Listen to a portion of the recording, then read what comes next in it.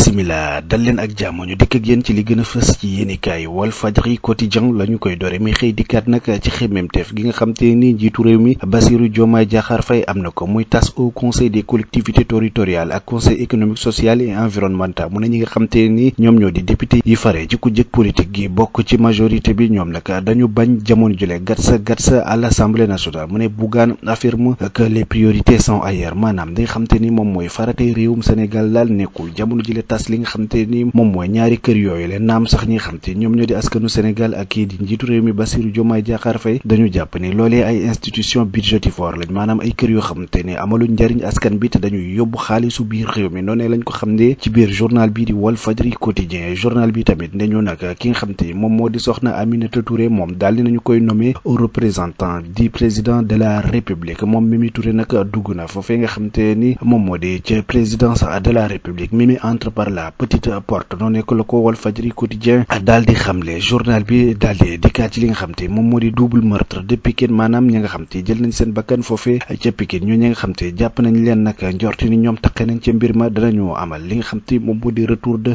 parquet noonu la ko Walfadjri quotidien daal di xamle journal bi di le quotidien yéenikaay moom itamit xëy wax ci wàllum session extraordinaire de l'Assemblée nationale le dictat de Diomaye journalu Madiambal Diagne bi nee na ki nga xam te moo di njiitu réew mi Bassirou Diomaye Diakhar Faye doole la bëgg a jaay ñi nga xam te ñoom ñoo di woy pencum ndaw réew mi le bureau de l'Assemblée nationale convoqué demain le président s'arroge des prérogatives de l'Assemblée en fixant la date d'ouverture de la plénière ki nga xam te moom moo di njiitu réew mi moo tànn bés bi nga xamante ni moom la ñu war a ubbi boobu lépp plénière te lu ni mel nag bureau Assemblée nationale moom moo ko waroon a def les avis de Moustapha Diakhaté ak Aliou Souaré ñoom ñaar ñëpp wax nañ seen xalaat ak seen gis-gis ci li nga xam te moom moo nekk dogalu njiitu réew mi Bassirou Diomaye Diakhar Faye yëral journal bii di le quotidien yéenekaay dikkaat na itam ci ki nga xam te moom moo di ministre bi yor lu jëm ci wàllum dem beek dikk bi di El Hadji Malick Ndiaye wax na nag ci lu ñeer wàllum Air Sénégal mu ne il est hors de question de déclarer faillite maanaam kër googee nga xam te moom moo di Air Sénégal daal nekk ci ay jafe-jafe yu métti jamono jile kenn nanguwul nag ñu daal di wax ni moom dafa dem ci wàllum faillite ndax dinañu jëm def seen kiim kàttan ngir daal di ko sauver noonu la ko journal bi daal di xam ne Direct News ne ñu suppression bu conseil économique social environnemental ak bu haut conseil des collectivités territoriales convocation de l'Assemblée nationale à une session extraordinaire Diomaye évite à Sonko le face à face avec Benno ki nga xam te moo di njiitu réew mi di Bassirou Diomaye Diakhar Faye la nga xam te ni nag moom la bëgg a gàntal ki nga xam te moom moo di Ousmane Sonko mooy mu daal di janoo ak ñi nga xam te ni ñoo di député Benno Bokk Yaakaar yi ca pencum ndawu réew ma ngir nag bu nga xamante ni dem na fa pour def li nga xam te moom moo di déclaration de politique générale ki nga xam te moo di Bougane Gueye Dany di wax ci biir journal bi di Direct News mu ne une dissolution aux allures de diversion maanaam loolee na du leen lu dul indi coow ci biir réewum Sénégal te nag la nga xam te moom moo di farata yi du tas boobu lépp Assemblée nationale révélation quotidien dikkaat ci mbir moomule joxaat kàddu gi Bougane Gueye Dany mu ne les priorités sont ailleurs farata gi feneen la nekkee ki nga xam te moo di Mamadou Lamine Massaly mu ne l'urgence c'est la déclaration de politique générale de Sonko la nga xam te moom moo di farata jamono jile daal mooy kii di Elimani jëwriñ ci Ousmane Sonko dem foofee nga xam te moom moo di ca pencum ndawu réew mi ngir def déclaration de politique générale waaye nag du tas li nga xam te ni moom moo di au conseil des collectivités territoriales wala conseil économique social et environnemental libération yéenikaay xëy na nag dikkaat ci jëye ji nga xam te moom moo amoon ci Pikine maanaam na faatu ki nga xam te moom moo di Aziz Dabala ak Wali mu ne nag double meurtre à Pikine Technopole les choses se corsent pour Nabou Leye et compagnie ki nga xam te moom moo di Nabou Leye ñu koy tudd ca mbir ma ak ñi nga xam te jàpp nañ ni laale nañ ci googu ñaawteef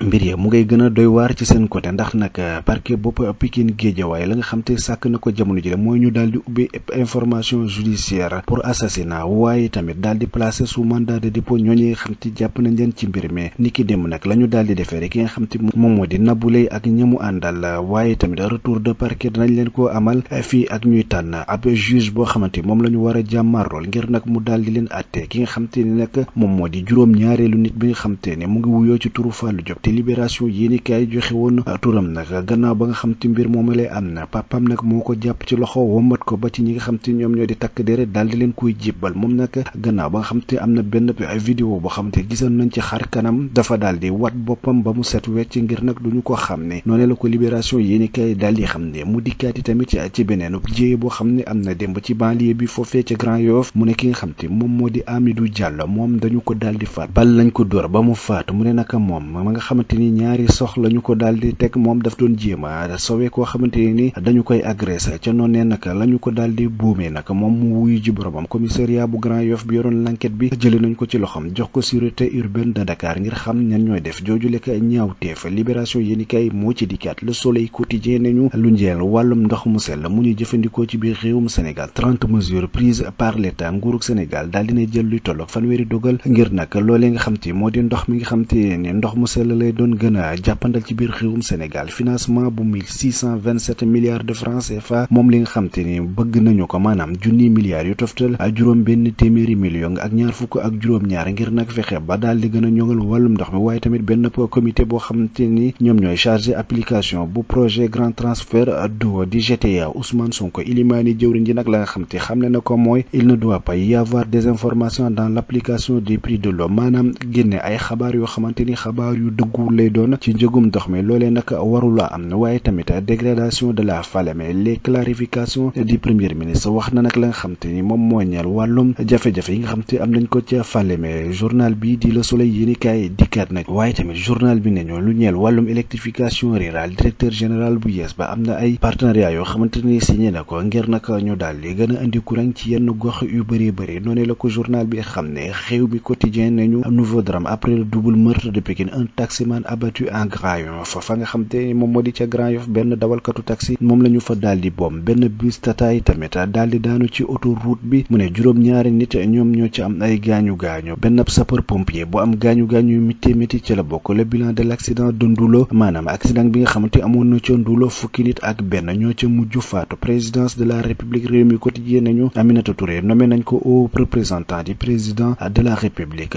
2 minutes quotidien dikkaat ci coowal politique mu ne présidence contre assemblée nationale à quand la désescalade li nga xam te moo di coow li nga xam te mu ngi dox ci diggante présidence de la République ak assemblée nationale kañ la ñuy jógee ci boobu lépp jafe-jafe waaye tamit mu dikkaat ci li nga xam te moom moo di coalition majoritaire bi nga xam te ni daal moom mooy imposer ay enfantillage au cœur de la République maanaam ñoom fi mu toll ni na nga xam te noonee la ñuy doxale daal mooy fexe daal ba bloqué lépp loo xam te mooy di liggéeyu ko nguur gi jamono jëlee L'éveil quotidien nañu nag renégociation de contrat à l'ASER. Les villages à électrifier passent de 1500 à 1740 dëkk yi nga xamante ni bëggoon nañu leen a jox wàllum courant mu ngi toll woon ci junni ak juróomi téeméer fi mu toll ni yóbbu nañ ko ci junni ak juróom-ñaar téeméer ak ñeent fukk gannaaw ba nga xamante ni directeur général bu yees bi nga xamante ni moo yor kër gi saytu lépp lu jëm ci wàllum électrification rurale daal dina saytuwaat lépp loo xamante ni ñeel na contrat yi nga xamante signé woon nañ ko ak ay këru liggéeyukaay ngir nag gën a ñongal mbir moomale. ci biir L'éveil quotidien ba léegi ki nga xamante ni moom moo di Moustapha Diakhaté di àddu ci lu jëm ci wàllum ouverture bu session extraordinaire bu assemblée nationale mu ne nag moom loolee du lenn lu dul violation bu constitution bu Sénégal ndax ki nga xamante ni moom moo di njiitu réew mi Bassirou Diomaye Diakhar Faye amul sañ-sañu convoqué mbir moomale noonu la ko xamle Ousmane Sonko njiitu gouvernement bu Sénégal mu ne nag li nga xamante ni moom moo di Falémé c'est une question de sécurité nationale loolee nga xamante moo di jafe-jafe am ci bërëb boobee daal moom njiital gouvernement bi àdduna ci biir journal bi nga xamante moo di L'éveil quotidien. Journal bi di Le Regard yéenikaay moom itamit xëy joxaat kàddu ki nga xamante moo di Thierno Alassane Sall ak Bougane Gueye Dany ñoom ñaar ñëpp di wax ci la nga xamante moo nekk xemmemte fu njiitu réew mi Bassirou Diomaye Diakhar Faye tas au conseil des collectivités territoriales ak conseil économique social et environnemental. Bougane Gueye Dany ne une véritable confusion au sommet de l'État ki nga xamante moo di Thierno Alassane Sall mu ne loolee nag scandale la waaye tamit dikkaan na ci la nga xamante moom moo di coow la dox ca ONAS. Thierno ne ñu scandale foofee ca ONAS daal moom mu ngay dénoncer benn criminalité organisée et tire sur Cheikh Tidiane Dièye noonee la ko xam ne ci biir journal bi Dakar Time nañu des questions écrites adressées au ministre des finances et du budget JP Morgan et les 450 milliards d'eurobonds mu ngay sàkku nag moom JP Morgan ñu andi ay leeral ci loolee nga xam te moom moo nekk wàllum eurobond boobu leer noonu la ko journal bi daal di xam de mbokk yi mu nekkoon li gënoon a fës ci yéenikaay ñu doon leen